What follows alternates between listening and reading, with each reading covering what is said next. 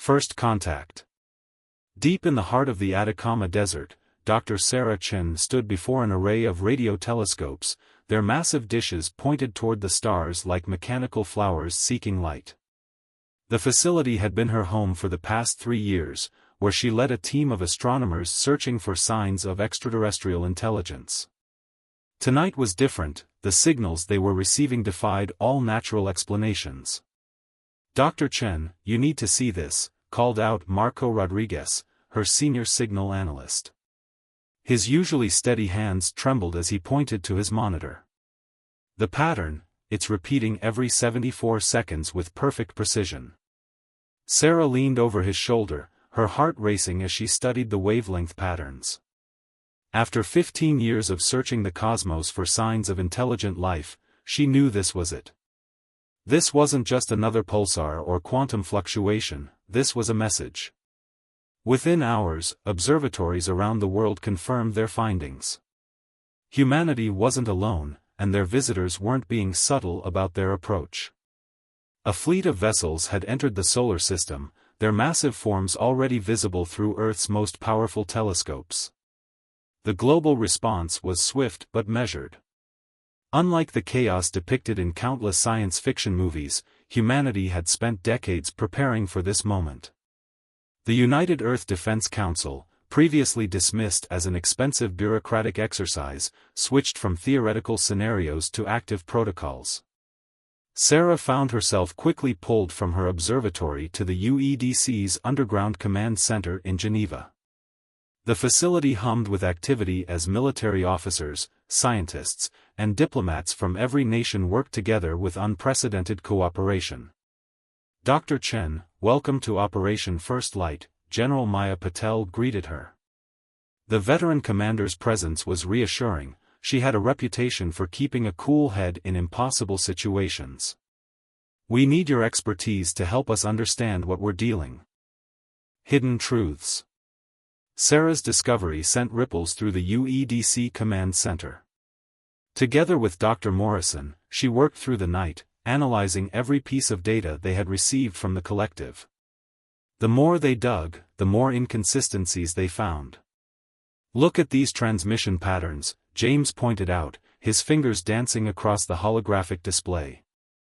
"They're using quantum encryption that's actually less sophisticated than what we developed 2 years ago. Why would an advanced civilization use inferior technology?" General Patel listened intently as they presented their findings. The crystalline ships in orbit now seemed more ominous than beautiful, their shifting surfaces hiding untold secrets. But they couldn't confront the collective directly, not without proof. That's when Captain Lisa Torres, head of Earth's nascent Space Defense Force, proposed a daring plan. "We need to get closer to one of their ships," she declared, her cybernetic eye whirring as it projected tactical simulations. "Not officially, they'd never allow that. But we've been developing stealth observation drones that might be able to slip past their sensors." The mission was approved with the highest level of secrecy. While diplomatic talks continued with the collective, Torres' team launched 5 microscopic drones, each no larger than a grain of sand, toward the alien fleet. For 3 days, they waited. Sarah barely slept, spending every moment monitoring the data stream from the drones. On the 4th day, they got their first glimpse inside one of the crystalline vessels, and what they saw changed everything. "Those aren't refugees," Sarah whispered, staring at the footage. The beings moving through the ship's corridors weren't the ethereal creatures the collective had described in their transmissions. They were massive, insectoid forms, their carapaces covered in what appeared to be living technology. Countermove. The UEDC's response was unprecedented in human history. Within hours of confirming the collective's true intentions, Operation Ghost Protocol was initiated. On the surface, everything remained normal, diplomatic talks continued, cultural exchanges were planned, and humanity appeared to be welcoming their new alien friends with open arms. But beneath this peaceful facade, Earth's greatest minds were working tirelessly on a plan that would come to be known as humanity's finest hour. Dr. Elena Rossi, Italy's leading expert in quantum entanglement, had been developing a theoretical weapons system that could target specific quantum frequencies. The collective's ships, she explained to the Emergency Council, use quantum fields to maintain their crystalline structure. If we can disrupt those fields, we can shatter their entire fleet, James finished, his eyes wide with realization. But we'd need more power than Earth's entire energy grid to generate a pulse that strong. That's when Sarah remembered something from her years of studying deep space signals. What if we don't need to generate the power ourselves? What if we could use their own energy against them? The plan that emerged was audacious. Captain Torres' drones had mapped the quantum frequency patterns of the collective's ships. Dr. Rossi's team discovered these frequencies formed a complex network, like a spider's web of energy connecting their entire fleet. If we can introduce a cascading quantum disruption at exactly the right frequency, Elena explained, their own network will amplify it. Their greatest strength becomes their greatest weakness. But timing would be crucial. The moment the collective realized what was happening, they would attack. Earth would have one chance, and one chance only.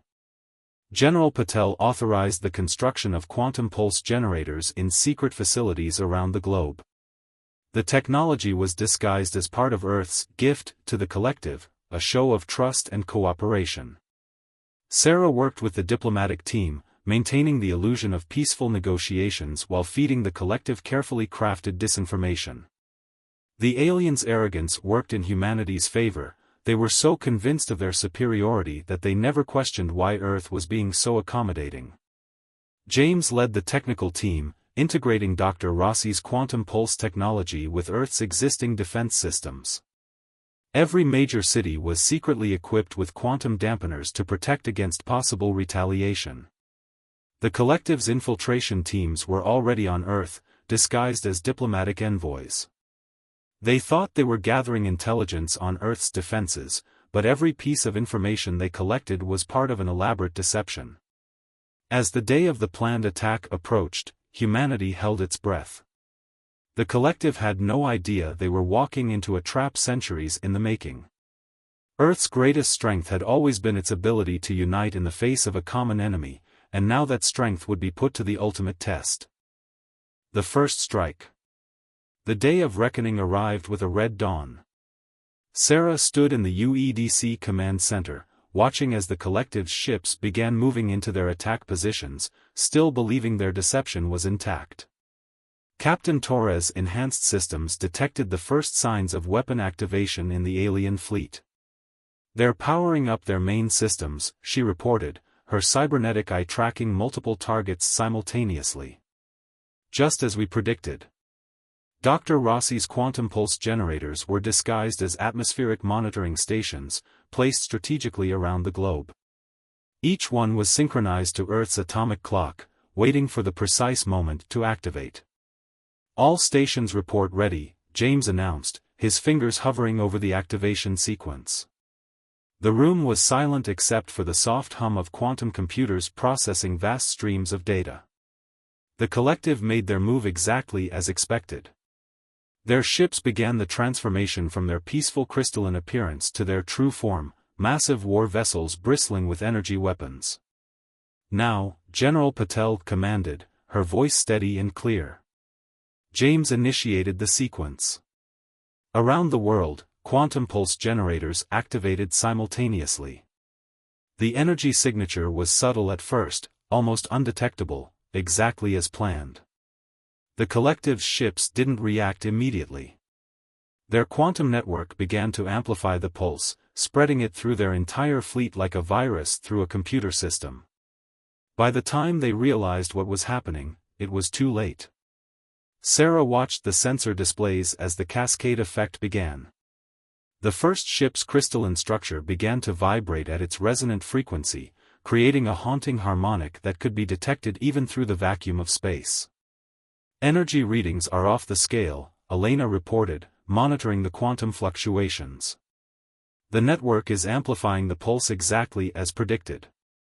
The collective's desperate transmissions filled every frequency. Their ships attempted to break formation, to escape the quantum web they themselves had created, but their own technology had become their prison. The first vessel shattered in a spectacular display of light and energy, its crystalline structure collapsing in on itself. The destruction of one ship triggered a chain reaction through their quantum network, each explosion adding to the cascade effect. But the collective had one last card to play. As their fleet crumbled around them, their infiltration teams on Earth emerged from hiding. Across the globe, alien agents shed their disguises and prepared to execute their backup plan. What they found waiting for them would become legendary.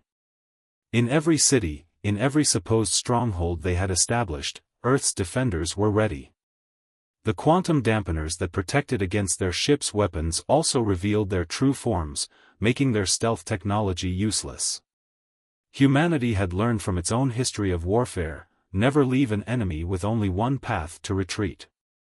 The collective's ground forces found themselves confronted not just by military power, but by a unified human response that had been centuries in the making. Counterattack: the battle for Earth had entered its most crucial phase. While the remains of the collective's fleet burned in orbit, their ground forces launched synchronized attacks across the globe. But humanity had spent weeks preparing for this moment.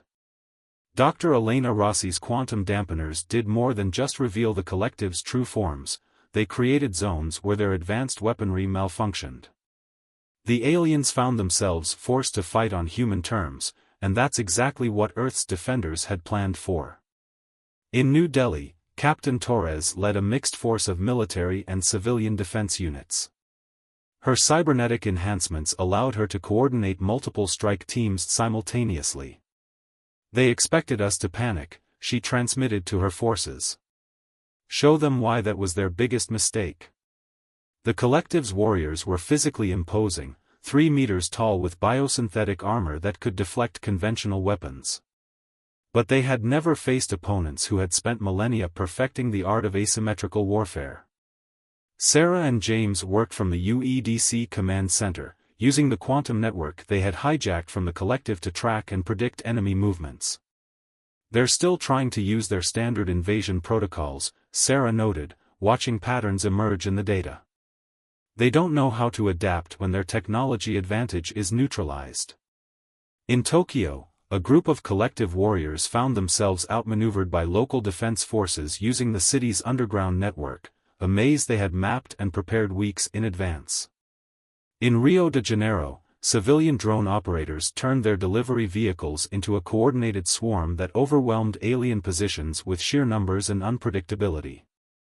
But the most significant breakthrough came from an unexpected source. Dr. Morrison's team had been studying captured collective technology, and they made a stunning discovery. "Their neural networks," he explained during an emergency briefing. "They're not just for communication, they're how they maintain their hierarchical structure. If we can disrupt their command links." General Patel immediately grasped the implications. "We don't need to defeat every warrior," she said. "We just need to break their chain of command." Around the world, Earth's forces shifted tactics. The quantum dampeners were recalibrated to target specific neural frequencies. The effect was dramatic. Without their command structure, the collective's perfect coordination began to crumble. Individual warriors, cut off from their hierarchy, were forced to make decisions on their own, something their society had engineered out of them centuries ago. Some fought on blindly, but others began to show signs of confusion, even fear. Dr. Rossi's team took advantage of this weakness, broadcasting targeted quantum pulses that further disrupted their neural networks. "We're not just fighting their technology," she explained. "We're fighting centuries of biological and social engineering that never prepared them for independent action." Humanity's greatest strength, its diversity and ability to adapt, was proving to be the collective's undoing. Each city, each region fought in its own way, presenting the aliens with countless different problems to solve simultaneously. As the sun set on the first day of ground combat, the tide had clearly turned. The collective's warriors were being systematically isolated and contained. Their perfect invasion plan had shattered against humanity's imperfect but infinitely more adaptable defense. But in the UEDC command center, Sarah noticed something troubling in the quantum data streams. "There's another signal," she told James, her voice tense. "Something bigger is coming. The hidden enemy." Sarah's warning proved prophetic. As Earth's forces were containing the last of the ground invasion, long-range sensors detected a massive quantum disturbance at the edge of the solar system. The collective's main fleet had arrived. This was their plan all along, General Patel realized. The first wave wasn't meant to conquer us, it was to test our defenses, to learn our capabilities. The new fleet was different from the first. These ships didn't bother with crystalline disguises or pretenses of peace. They were vast, organic-looking constructs that seemed to absorb light rather than reflect it. Initial scans suggested they dwarfed the first invasion force in both size and power. "Our quantum pulse strategy won't work on these ships," Dr. Rossi reported grimly. "They're using completely different technology, something we've never seen before." But humanity had one advantage: time. The main fleet would take 3 days to reach Earth, and those would prove to be the most extraordinary 72 hours in human history. Dr. Morrison made the first breakthrough. Studying the neural patterns of captured collective warriors, he discovered something extraordinary. Their hierarchical structure isn't just social, it's fundamental to their technology. Everything they build, everything they are, depends on rigid patterns of control and obedience. Sarah and her team worked around the clock, analyzing the quantum signatures of the approaching fleet. "The ships aren't just vessels," she explained to the UEDC Council. "They're extensions of their consciousness, their society. That's why they can't adapt quickly, every change has to propagate through their entire hierarchy." Captain Torres, her cybernetic systems interfacing directly with Earth's defense grid, saw the tactical implications immediately. "We don't need to match their firepower," she said. "We need to introduce chaos into their system." The plan that emerged was audacious. Earth's quantum specialists, led by Dr. Rossi, began reprogramming the captured collective technology. Instead of trying to destroy their neural networks, they would inject them with something the collective had never encountered: free will. Workers around the world repurposed quantum dampeners into broadcast arrays. The captured collective warriors, their neural bonds severed, began to show signs of individual consciousness. Some, realizing the freedom they had gained, chose to help humanity. "Their entire society is built on perfect order," James explained during the final briefing. "They've sacrificed adaptability for efficiency. But that means they have no defense against true randomness, against real choice." As the main fleet entered the inner solar system, humanity prepared its surprise. The quantum broadcast arrays were ready, loaded with neural patterns that had been evolved through millions of computer simulations, patterns of freedom, of individual choice, of chaos within order. Dr. Rossi called it the liberation signal. When activated, it would spread through the collective's neural networks like a virus, but instead of destroying, it would awaken. Every warrior, every ship, every piece of their technology would suddenly have the capacity for independent thought. "We're not just fighting for our survival anymore," Sarah realized as she watched the final preparations. "We're fighting to free them from themselves." The collective's main fleet entered Mars orbit, their weapons powered, their hierarchical consciousness united in purpose. They had no way of knowing that humanity's greatest weapon wasn't one of destruction, but of transformation. Liberation, the final battle for Earth, began not with an explosion, but with a whisper. As the collective's main fleet moved into attack position, Dr. Rossi activated the liberation signal. The quantum broadcast arrays around the world pulsed in perfect harmony, sending waves of organized chaos through space. At first, nothing seemed to happen. The massive alien ships continued their advance, their weapons charging. Then, ship by ship, the fleet began to falter. "The signal is propagating through their neural network," Sarah reported, watching the quantum data streams. "Their hierarchical structure is beginning to fragment." Inside each ship, each warrior, each piece of technology connected to the collective's network, something unprecedented was occurring. The rigid patterns of control were dissolving, replaced by the capacity for individual thought and decision. The effect rippled through their fleet like waves through a pond. Some ships stopped completely, their crews experiencing true individual consciousness for the first time in their species' history. Others began moving erratically, as different factions aboard argued about what to do next. "They're not used to having choices," James observed. "Their entire civilization is built on absolute obedience. Freedom is alien to them, literally." The liberation signal continued to spread, amplified by the collective's own neural network. Ships that had been part of a perfect military formation began breaking ranks. Some turned away from Earth, their newly awakened crews choosing flight over fight. Others seemed to drift, paralyzed by the sudden burden of choice. But not all of the collective embraced their newfound freedom.